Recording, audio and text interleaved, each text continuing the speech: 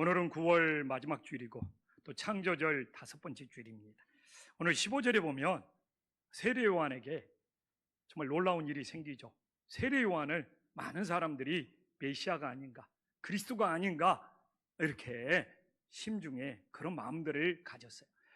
그런데 세례 요한은 이런 일들이 생기면 사람들의 반응에 흔들릴 법도 하는데, 정말 16절에 보면 성경에 나와 있는 최고의 겸손한 고백을 하게 됩니다. 나는 그의 신발끈을 풀기도 감당하지 못하겠노라. 정말 자신의 위치가 어디인 줄 알고 가장 겸손한 고백을 하기 때문에 사람들의 반응에, 사람들의 영광에 흔들리지 않고 자신의 위치를 지키면서 자신의 역할을 잘 감당할 수 있었습니다. 저는 오늘날에도 신앙생활을 하는 사람이나 우리 사회가 온전히 세워지기 위해서는 세례 요한처럼 자신의 위치가, 자신의 포지션이 무엇인지를 잘 알 때 우리 가정이, 우리 교회가, 우리 사회가, 우리 정치가 건강해지는 놀라운 역사가 있음을 믿으시기를 간절히 소망합니다. 그래서 제가 어제도 우리 부목사님들하고 회의를 하면서 정말 우리 부목사님들이 자신의 위치가 어딘지를 모르면 뭘 해야 될지를 몰라, 자신의 역할을 몰라, 사람들의 말에 우왕좌왕해. 그래가지고 엄청 스트레스를 받아요. 근데 오늘 17절에 보니까 세례 요한은 자신의 위치가 무엇인지를 아니까 자신의 역할을 잘해. 나는 예수 그리스도를 소개하는 자예요. 예수 그리스도의 길잡이야. 예수님이 오시는 길을 안내하는 자예요. 그래서 이 땅에 메시아가 오셔서 무슨 일을 할 건지 세례 요한은 기막히게 안내합니다. 세례 요한이 예수 그리스도를 안내하면서 예수 그리스도의 사역은 알곡 신앙과 쭉정이 신앙을 구별하는 거예요. 왜 이게 가능하냐? 세례 요한이 자신의 포지션, 자신의 위치가 무엇인지를 알았기 때문에 자신의 역할을, 예수님을 소개하는 그 역할을 충실히 하고 있는 거예요. 우리 가정이 왜 혼란하느냐? 자신의 위치가 무엇인지를 모르니까 가정에서 역할은 안 하면서, 그래서 그 가정이 혼란해지고, 교회에서도 내 위치가 어디인지를 모르면서 자신의 역할을 안 하기 때문에 교회가 무너지는 거고, 정치판도 똑같은 거 아닙니까? 자신의 위치가 있는데 자신의 역할을 모르고 개입하고 간섭하다 보니까 나라 전체가 흔들리게 되는 거예요. 그래서 이게 스탠다드입니다. 하나님 앞에서 오늘도 내 위치가 어딘지를 알아야지 우리는 겸손할 수 있고 내 역할을 잘 감당하여 하나님께 영광 돌릴 수 있는 은혜의 역사가 일어나기를 간절히 소망합니다. 그런데 우리는 가을을 맞이하여 열매를 맺어야 된다고 합니다. 근데 열매 너무 추상적이지 않습니까? 저는 좀 가을이 되면 열매라는 말보다는 오늘 예수님이 이 땅에 오셔서 알곡과 쭉정이를 구별한다고 하셔. 너무 막연하게 열매 하지 말고 내가 알곡 신앙이 올 가을에 되어가고 있는지 아니면 쭉정이 신앙이 되어가고 있는지 좀 구체적으로 내 자신을 돌아봤을 때 우리의 믿음이 바로 세워지지 않겠습니까? 열매. 저도 듣지만 도대체 무슨 열매를 맺자는 거야? 이것보다는 정말 나는 올 가을에 알곡이 되어가고 있는지 아니면 쭉정이가 되어가고 있는지, 오늘 이 17절 세례 요한이 소개하는 이 예수님의 사역을 통하여 우리 자신들을 돌아볼 수 있는 은혜의 시간이 될 수 있기를 간절히 소망합니다. 주님은 알곡 신앙과 쭉정이 신앙을 어떻게 구별합니까? 오늘 17절에 보면 이게 심판의 기준이에요. 알곡 신앙은 곳간, 천국 곳간에 하나님 나라에 들어가는 거예요. 그러니까 우리가 오늘도 전부 알곡 신앙이 되어서 하나님 나라에 들어갈 수 있는 은혜의 역사가 있기를 간절히 소망합니다. 근데 쭉정이는 뭡니까? 지금 이 쭉정이는 꺼지지 않는 불. 이게 바로 지옥불이구나. 그래서 지금 안 믿는 사람을 이야기하는 것이 아니에요. 이미 교회를 다니고 있는데 이 교회 속에서 주님은 알곡이냐 쭉정이냐 이걸 구별해서 알곡은 천국 곳간에 들어가고 쭉정이는 꺼지지 않는 불에 들어간다는 거예요. 그래서 교회만 나왔다고 다 구원받는 것이 아니라 이왕 우리들이 교회를 다니면 알곡신앙이 되어서 천국 곳간에 들어갈 수 있는 은혜의 역사가 있기를 간절히 소망합니다. 근데 봐보십시오. 우리가 열매를 많이 맺어야 합니까? 우리가 알곡을 많이 맺어야 됩니까? 이러기 때문에 열매 맺는 것이 스트레스예요. 열매 맺지 마세요. 열매 맺는다는 거 절반은 맞고 절반은 틀립니다. 우리는 열매를 맺는 것이 아니라 내가 열매가 되어야 돼. 내가 알곡 자체가 되어야 되는 거야. 무슨 열매를, 좀 우리 한신교회 성도님들은 열매 맺자는 기도를 좀 안 했으면 좋겠어요. 도대체 열매를 풍성히 맺자, 열매 말만 하고 맺지도 못할 그 열매를 왜 그렇게 가을이 되면 부담스럽게 스트레스 받으면서 그 노이로제에 갇혀 있냐 이거. 절반은 맞고 절반은 틀리다니까요. 열매는 주님이 풍성하게 맺는 거예요. 우리는 주님이 열매를 맺어갈 때 그 안에서 하나의 알곡 자체가 되는 은혜의 역사가 있기를 간절히 소망합니다. 아니 내가 무슨 열매를 맺어요? 내가 알곡이 돼야지. 난 주님도 아닌데. 근데 다 자기들이 열매를 맺어. 열매는 주님이 맺는 거예요. 우리는 주님에게 붙어 있어서 알곡으로 내 자신이 알곡이 되었을 때 우리는 천국 곳간에 들어갈 수 있는 은혜의 역사가 있기를 간절히 소망합니다. 그러면 성경에 분명히 좋은 씨앗이 옥토에 떨어지며 30배, 60배, 100배의 결실을 맺는다고 했는데 그 말은 무슨 말씀이에요? 충분히 그럴 수 있어.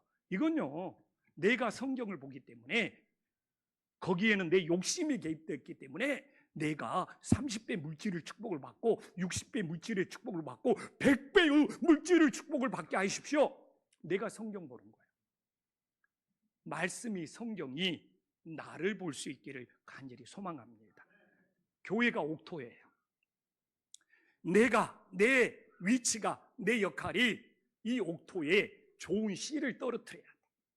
그러면 우리 장로님이 알곡 하나가 되고 우리 권사님이 알곡 하나가 되고 집사님의 알곡이 하나가 되어서 김포한신교회에 30명의 30배의 알곡이 되어지는 거고 60배의 알곡이 되어지는 거고 100배의 알곡이 되어지는 놀라운 역사가 있음을 믿으시기를 간절히 소망합니다. 그래서 교회에 2,000명, 3,000명 숫자가 많을지라도 그 교회가 옥토가 아니고 갈등하고 다투고 담임 목사가 재정비리, 그 다음에 음란의 비리, 이런 비리들이 있고 그럼 옥토가 아니에요. 그 교회 안에서 알곡이 숫자는 우르르 있는데 한 명 한 명이 알곡이 되어서 30명의 알곡이 모여지고 60명의 알곡이 모여지고 100명의 알곡이 모여지는 일이 힘들어지는 거예요. 그래서 저는 이 김포한신교회를 옥토로 만들어야 돼요. 근데 여기서 다투고 문제가 생기고 비리가 생기고 내 자신이 타락해 버리면 이 교회를 옥토로 만들 수 없어. 그리고 나는 오늘 좋은 씨를 뿌려야 돼. 내가 여기서 정치 이야기를 하고 뭐 세상에 스포츠 이야기를 하고 아니에요. 제가 여기서 오직 주님의 말씀으로 좋은 씨앗을 뿌려야 돼. 정말 우리 장로님들도 좋은 기도를 해야 돼. 이게 중요한 거야. 그래서 내가 30개의 열매를 맺는 것이 아니라 60배의 열매를 맺는 것이 아니라 이 교회라는 옥토에서 우리 한 사람 한 사람 알곡이 되어져. 근데 쭉정이가 더 많은 교회가 될 수 있고 우리는 한 사람 한 사람이 알곡이 되어서 정말 30명이 알곡, 60명이 알곡, 100명이 알곡이 되는 놀라운 역사가 있기를 간절히 소망합니다. 그러니까 우리가 성경을 보면 너무 틀에 갇혀 있지 않습니까? 내 생각으로 성경을 보고 있지 않습니까? 좀 깨트려요. 그런 부분이 있어서 내가 절반은 맞고 절반은 틀리다고 하는 거예요. 이쪽 측면도 있단 말이에요. 내 자신이 알곡이 되어지는 측면. 여기에 내 신앙의 평생을 걸어야 되는 측면. 근데 저는 매년 무슨 열매를 그렇게 맺겠다고 그렇게 스트레스를 받고 있는지. 자, 오늘 17절에 봐보십시오. 자기의 타작마당을 정하게 하는 방법이 뭡니까? 알곡과 쭉정이 겉모습으로 할 수 없어요. 이 속 모양, 속에 무엇이 채워지냐로 알곡과 쭉정이를 알 수 있어요. 그렇기 때문에 이것도 똑같은 거예요. 우리가 열매를 밖으로 맺습니까? 아니에요. 내 안에 무엇을 채워가느냐. 진짜 알곡과 쭉정이는 속을 채우는 거예요. 근데 우리는 뭐 풍성한 열매를 맺자, 뭐 포도 그림을 그려놓고 포도처럼 주렁주렁 열매를 맺자, 그런 측면도 있어. 제가 말하자 50%는 맞고 50%는 틀립니다. 내 안에 뭘 채워가느냐. 그래서 우리는 하나의 알곡이 되는 것이 중요해요. 진심입니다. 겉으로 포도처럼 주렁주렁 뭘 맺는 것도 필요하겠죠. 그러나 내가 먼저 내 안에 알곡으로 채워지지 않는다. 무슨 포도처럼 주렁주렁 열매가 달리냐고요. 그런 좀 환상에서 벗어났으면 좋겠어요. 서양 속담에 세월은 흘러가는 것이 아니라 채워가는 거래요. 오늘 하루도 흘려보내는 것 같지만 내가 뭘 채워가느냐, 거기에 따라 내 인생이 달라진다는 거예요. 그래서 내 인생이 오늘 하루를 보내면서 내 안에 무엇을 채우느냐가 밖으로 나오는 거예요. 공부를 채우는 사람은, 하루하루 공부를 채우는 사람은 밖으로 실력이 나오겠죠. 하루하루 미움을 채워가는 사람은 그게 미움이 나겠죠. 세월을 보내면서 상처로 채워가는 사람은 또 다른 사람에게 상처를 주겠죠. 분노를 채워가는 사람은 분노가 나올 거고, 욕심을 채워가는 사람은 욕심이 나올 거고, 그러나 사랑을 채워가는 사람은 사랑이 나올 거고, 소망을 채워가는 사람은 소망이 나올 거고. 이게 내 인생은 하루가 흘러가는 것 같지만, 인생이 흘러가는 것 같지만 무엇을 채워가느냐. 흐르는 세월 어쩔 수가 없어요. 저 금주에 되게 충격받았어요. 어제도 요 교회 우리 제초 작업 기분 좋게 끝나고 이 휴게소에서 앉아서 대화를 나누는데 한 장로님이 목사님 30대 때 너무너무 싱싱했다는 거예요.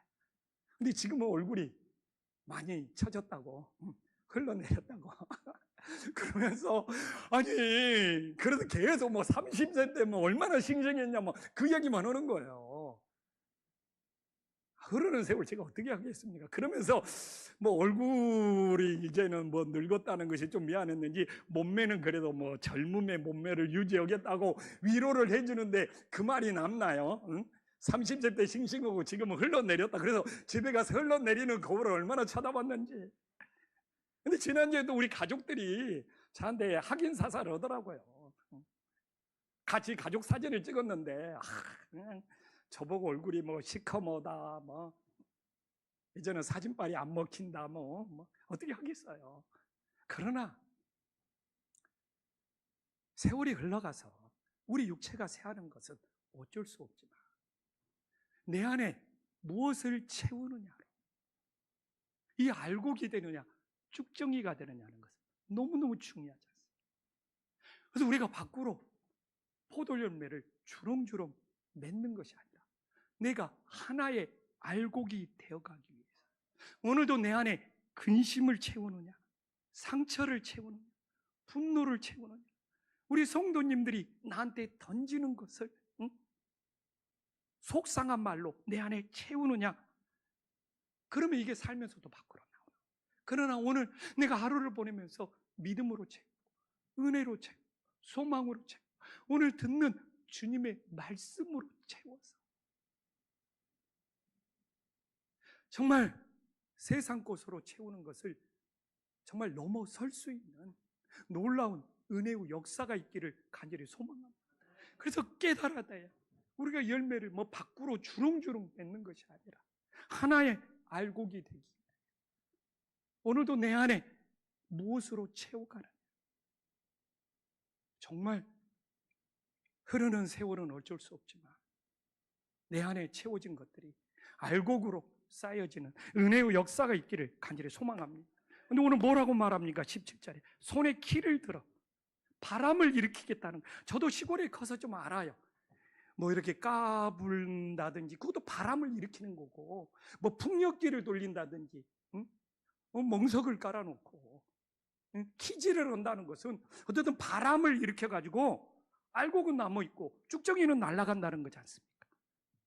그래서 우리 인생은 알곡과 쭉정이도 바람을 일으켜서 구별을 하듯이 우리도 우리의 인생 속에 고난의 바람이 불어와요. 상처의 바람이 불어와요.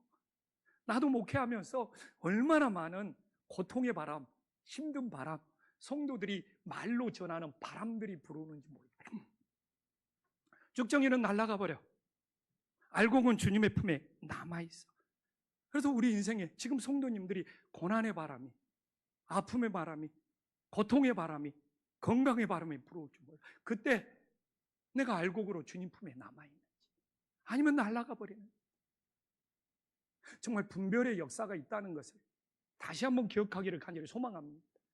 초대교회 우리 지하동굴 이 카타콤에 가면은, 로마의 카타콤에 가면은 이 물고기들이 그려져 있어요. 이 물고기의 헬라가 익스두스. 예수님은 살아계신 하나님의 아들이다, 머리 글자를 옮겨놓은 것이죠. 그래서 초대교인들이 핍박을 받을 때 너 그리스도인이냐 말로 못하니까 마당에 물고기를 그리며 오, 그리스도인이구나. 이 익스두스, 물고기의 헬라어를 통하여 예수님은 살아계신 하나님의 아들이다, 위대한 신앙 고백을 한 것이죠. 근데 이 뜻이 절반이고 또 하나의 뜻이 있어요. 물고기가 주는 또 하나의 뜻을 아는 사람은 자고 커피 먹을 수 있는 대단한, 제가 자고 커피를 마실 수 있는 물고기의 또 하나, 물고기를 왜 익스두스 뜻은 알았으니까 자이 물고기의 뜻은 깨어있다는 뜻이 담겨져 있어요. 그래서 물고기를 통해서 그리스도인들, 내가 깨어있어야지. 왜 물고기가 깨어있다는 뜻이 되느냐? 물고기는 낮에만 눈을 뜨고 있는 것이 아니라 잠잘 때도 눈을 뜨고 잡니다. 물고기는 죽어서도 눈을 뜨고 있어요. 응? 물고기가 눈 감고 잠을 잔다. 정말 이건 새빨간 거짓말이에요. 물고기는 낮에도 눈을 뜨고 있고 밤에도 눈을 뜨고 죽어서도 눈을 뜨고. 그래서 물고기의 믿음이 깨어있는 믿음이에요. 그러면 깨어있다는 것은 잠자지 말라는 거냐? 물고기 눈 뜨고 잔다니까요. 저는 학교 다닐 때 제일 부러웠던 사람들이 어떻게 잠자면서 눈을 살며시 뜨고 자는 사람들, 선생님한테 안 들켜. 그리고 저는 우리 집사람하고 살면서 제일 힘들었던 것이 우리 집사람이 눈 뜨고 자릉, 우리 집사람이 눈 뜨고 자요. 이수정 사모가 눈 뜨고 잡니다. 그래서 제가 얼마나 많이 속았는지 몰라. 그래서 좀 자유롭게 좀 떠들 수도 있는데 우리 집사람이 눈 뜨고 자는 바람에 우리 집사람이 안 자고 지켜보고 있구나 할 때 쫄았던 적이 얼마나 많은지 모릅니다. 그러니까 너무 부러웠어요. 근데 믿음의 종류는 세 가지가 있다는 거예요. 깨어있는 믿음, 잠자는 믿음, 죽어있는 믿음. 제가 새벽마다 설교를 에베소서 강의를 하고 있잖아요. 세 가지가 있어. 사도 바울은 이 세 가지 믿음을 가르쳐요. 깨어있는 믿음이, 잠자는 믿음이, 죽어있는 믿음이. 에베소 교인들한테 엄청 열심히 가르치고 있습니다. 새벽마다 에베소서 새벽 설교를 들으면 알 수 있어요. 죽어있는 믿음이 뭔 믿음입니까? 죄를 죄인 줄 몰라. 유혹을 유혹인 줄 몰라. 그러니까 해결할 가능성이 없어. 죄를 지어. 유혹에 빠져. 근데 그게 죄인 줄을, 유혹인 줄을 몰라. 죽어있는 믿음. 어떻게 해결할 수 있겠어요? 근데 잠자는 믿음은 뭐냐? 죄를 품고 있는 거.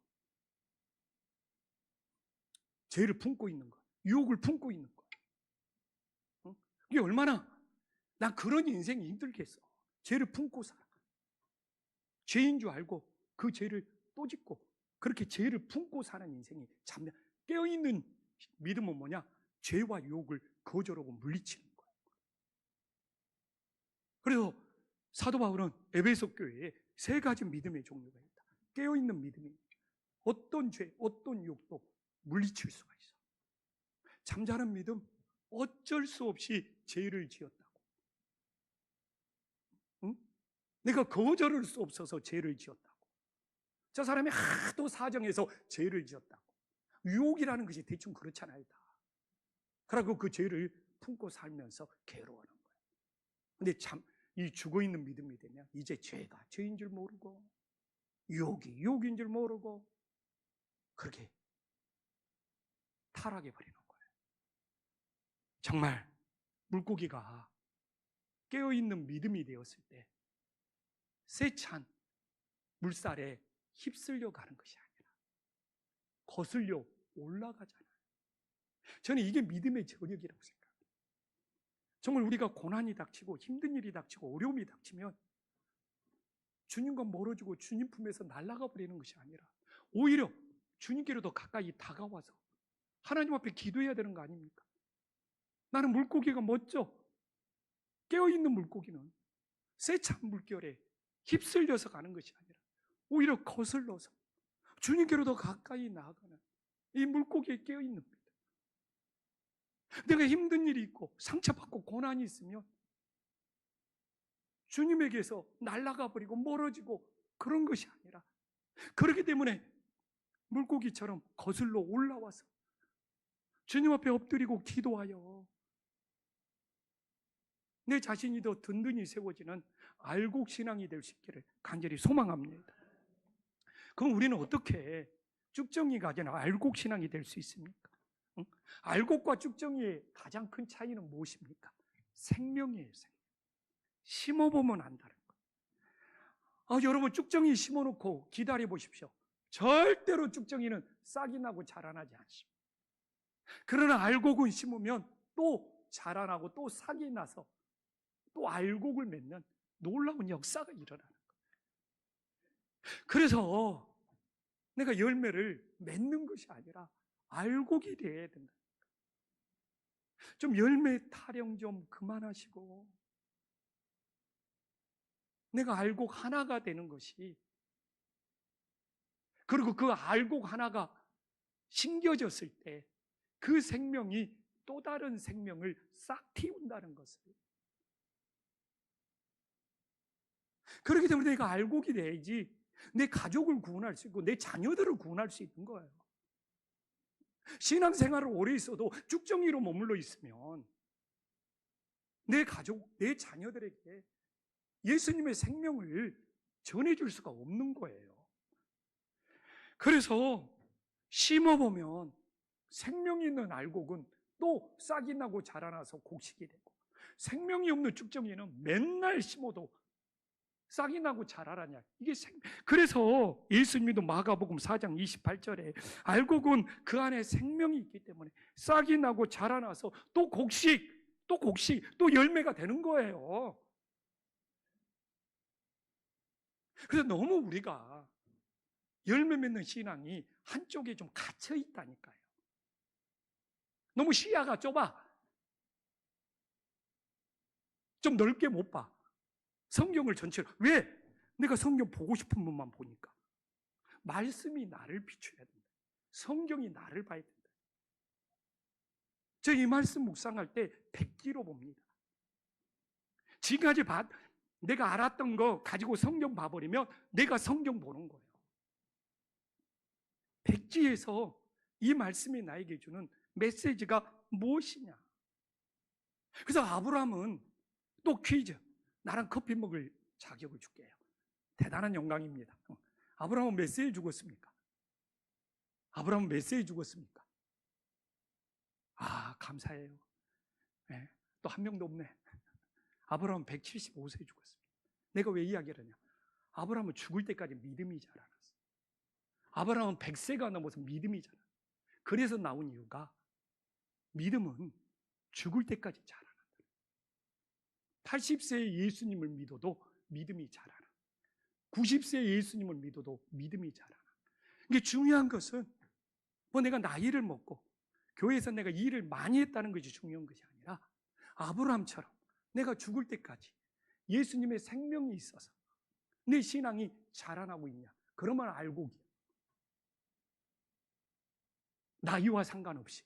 근데 내 신앙이 자라나지 않으면 생명이 없기 때문에 알곡이 될 수 없다. 옆 사람과 인사 한번 나누겠습니다. 당신의 믿음은 자라나고 있나요? 한번 물어보십시오. 당신의 믿음은 자라나고 있나요? 당신의 믿음은 자라나고 있나요? 어떤 사람은 그렇게 들릴 수도 있어. 당신은 졸고 있나요? 이렇게 들릴 수도 있어. 아니, 졸고 있는 것이 아니라 당신의 믿음은 자라나고 있나요? 이 아브라함이 보여준 거예요. 175세까지 성경 봐보십시오. 죽을 때 자기 무덤 하나 정하는 것까지도 하나님의 뜻을 따르면서 죽을 때까지 아브라함 믿음은 자라나고, 그래서 생긴 말이 믿음은 죽을 때까지 자라난다. 왜? 예수의 생명이 있기 때문에, 주님의 생명이 있기 때문에. 그래서 나이 탓하지 마십시오. 우리의 믿음은 늙어 죽을 때까지 자라나. 왜? 천국이 있기 때문에, 하나님 나라가 있기 때문에. 우리는 이 세상에서 끝나지 않기 때문에. 근데 제일 안타까운 현실이 뭐냐? 알곡과 쭉정이만 교회에 있느냐? 안 그래. 저 시골에서 컸잖아요. 부스러진 쌀. 전 부스러진 쌀로 죽도 끓여본 거 봤어요. 부스러진 쌀을 절미라고 부르죠. 부스러진 쌀을 절미. 또 부스러진 쌀을 뭐라고 부르죠? 어떻게 안 해, 장로님은. 이거 커피 사준다고 안 해서 다행이네. 어제 제 얼굴 흘러내렸다고 하신 분이에요. 30대인데 계속 싱싱했다고 그러고. 감사하죠. 이 쌀이 이 부스러진 쌀. 그러니까 교회에 알곡과 쭉정이만 있는 것이 아니라 이 부스러진 쌀이, 이 절미가 더 많은 거예요. 왜? 상처받은 신앙. 지금 한국교회는 교회 다니면서 또한 세상에서 상처받아가지고 이 부스러진 쌀, 이 절미, 이 쌀이기가 너무너무 많아. 지금 교회에 가장 많이 어떤 차지하는 비율은 쭉정이냐 알곡이냐보다는 신앙생활에 연수가 닿으면 닿을수록 상처받아가지고 쌀이기가 되어서, 절미가 되어서. 지난주에도 물어보더라고요. 자기가 구원받을 수 있느냐. 그래서 이 쌀이기, 상처받은 신앙 구원받을 수 있느냐, 이게 아주 중요한 문제. 답은 간단해요. 끝까지 주님께 붙어 있으면, 알곡 틈에 있으면, 날아가지 않으면 쌀이기 신앙, 부스러진 신앙일지라도 구원받을 수 있겠죠. 근데 농사 지은 분들은 알 거예요. 쌀이기를, 이 절미를 다음에 해 종자로 쓸 수 있습니까? 어떤 농부도 쌀이기는 종자로 쓰지 않아. 똑같아. 상처받은 신앙, 부스러지는 신앙, 주님의 그릇으로 쓰임받을 수가 없는 거야. 주님의 일을 하자 또 상처받을까 봐, 또 싫은 소리 들을까 봐 뒤로 물러서. 그래서 히브리서에 뭐라고 말합니까? 히브리서 10장 39절에 우리는 뒤로 물러가서 멸망할 자가 아니요 오직 영혼을 구원함에 이르는 믿음을 가진 자. 그래서 이 쌀이기가 어떻게 알곡 틈에 날아가지 않고 주님 품에 붙어 있으면 구원은 받을 수 있지만, 농부들이 다음에 종자로 쓰지 않는 것처럼 교회 상처받은 신앙들이 주님의 일을 하자고 하면 뒤로 물러서 두렵거든. 또 상처받을 거든. 그래서 교회에 상처받은 성도들이 많아진다는 것은 주님의 일꾼이 줄어든다는 거예요. 오늘 뭐 쭉정이, 알곡, 쭉정이도 아닌 것 같고 그렇다고 알곡이라고 말하기는 자신이 없고, 그러면 쌀액이라고 생각하세요.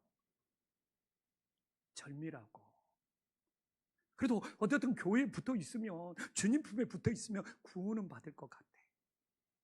근데 주님의 일을 하자고 하면, 주님의 그릇으로 쓰임받자고 하면 주저하고 두렵고 또 상처받을까 봐.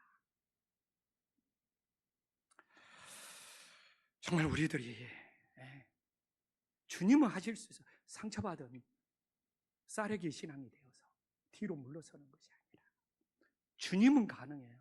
다시 알곡 신앙이 되어서 주님의 그릇으로 쓰임받는 놀라운 역사가 있기를 간절히 소망합니다. 제가 김포 왔을 때는요, 20년도 더 됐죠. 그냥 북무동만 지나가도 정말 벼가 익어서 물든 논을 쉽게 볼 수 있어요. 그런데 지금은 도시화가 너무 급격하게 진행되어서 이제 멀리 외곽으로 나가야지 벼가 있는 모습을 볼 수 있어요. 참 이 도시화라는 것이. 근데 그냥 벼를 보면 알아요. 진짜 알곡이 신앙이냐의 분별한 것과 벼가 익어가는 것이 똑같아요.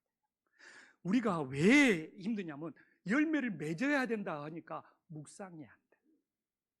알곡 하나가 되겠다 하면 다 묵상이에요.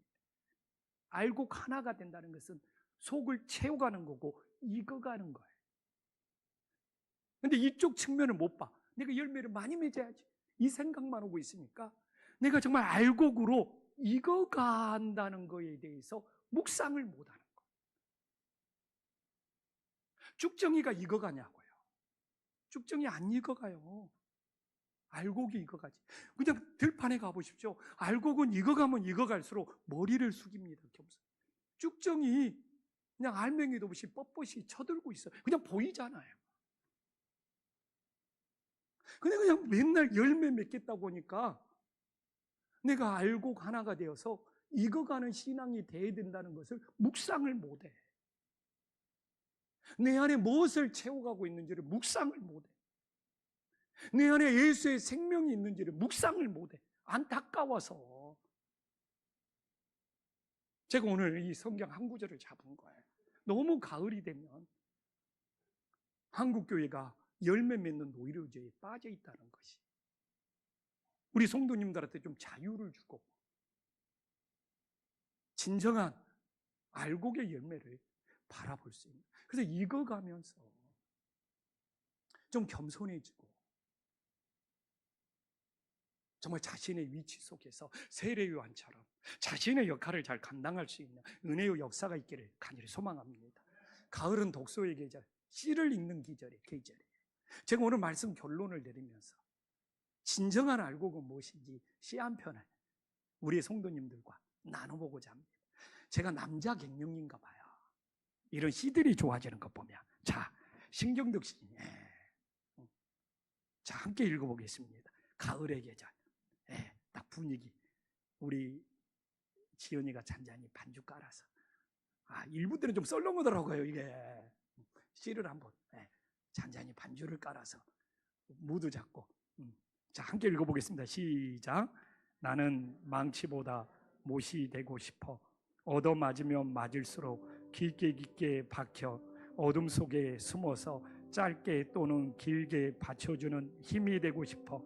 한 개의 못이 되어 더러는 걸러주는 힘이거나 버티어주는 힘이 되고 싶어. 정말 제가 감동받은 시입니다.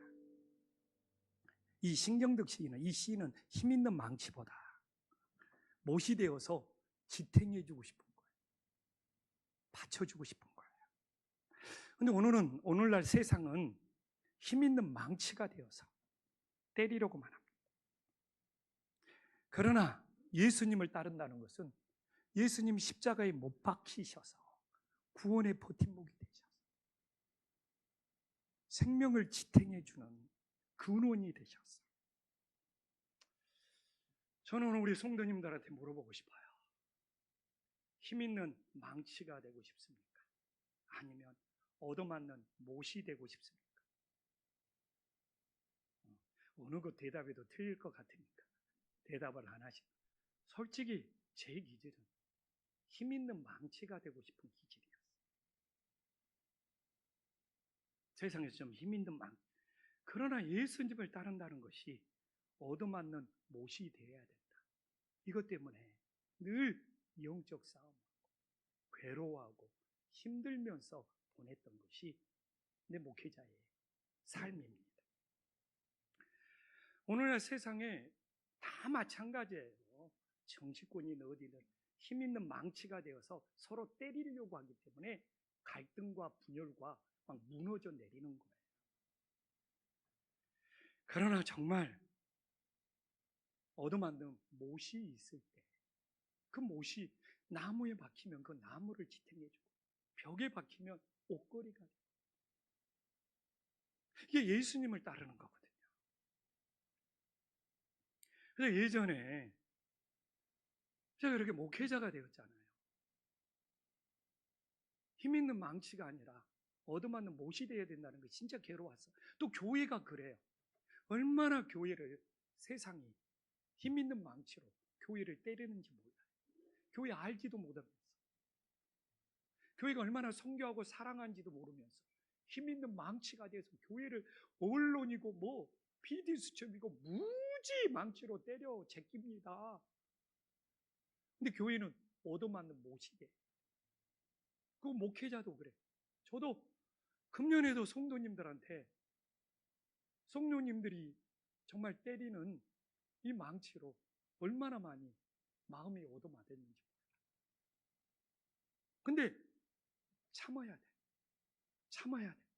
내가 똑같이 힘 있는 망치가 돼서 때리면 교회 다 떠나버려. 오늘도 설교로 내가 힘 있는 망치로 막 왜 열매를 못 맺었냐고 막 조사되면 교회 다 떠나버려. 응? 오늘 인상들이 좋잖아요. 열매 많이 안 맺어도 된다 그러니까. 아니 진짜로. 내 하나 알고 기대는 것이 중요해. 내가 힘 있는 망치가 되어서 여러분들을 때릴 수가 있냐 이거. 교인들 다 떠들어버려. 우리도 제초 작업이면서 지역 사람들 눈치를 보면서 괜히 자르지 말아야 할 나무 잘라가지고 그분이 또 뭐라고 할까봐, 교회가 얻어맞는 못이 될까봐 우리 장로님이 책임진다고 그래서 그러시면 하시라고 그래서 이게 삶이 그런. 그래가지고 괴로웠다니까.